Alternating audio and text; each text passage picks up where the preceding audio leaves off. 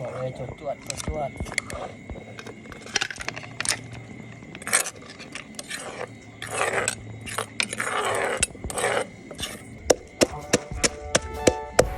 สบายดีพี่น้องสุภูสุคน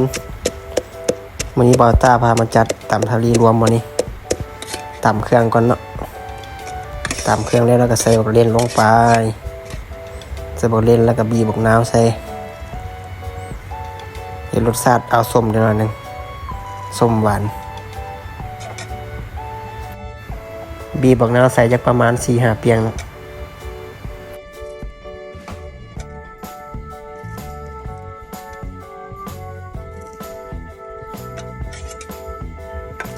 หลังจากนั้นเราก็ตำโคนี่ให้มันเข้ากันเนาะ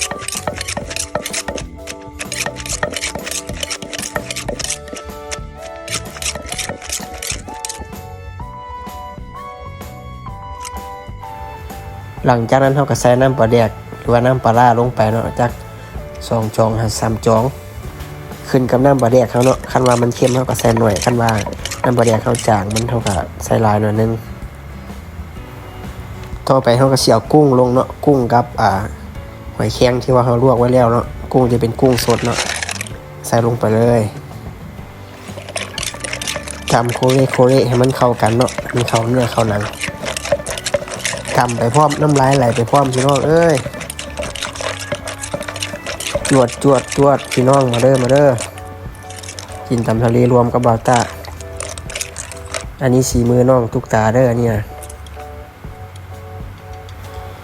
ใส่เส้นแก้วลงไปแล้วก็ใส่หอมเปรย์ลงไป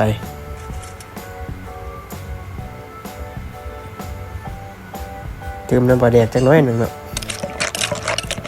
คนโคเละให้มันเข้ากันอีกเมนูของโปรดตำทะเลรวมตำหอยแครงกับกุ้งใส่กันสุดยอดเลย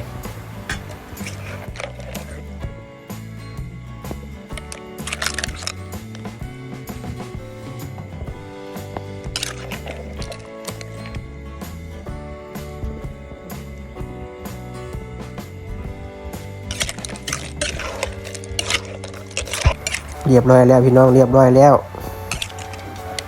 เรียบร้อยมาถอกเลยมาเด้อพี่น้องแซ่บน้ำบาวต้าตำทะเลรวมมีกุ้งกับหอยแครงเนาะ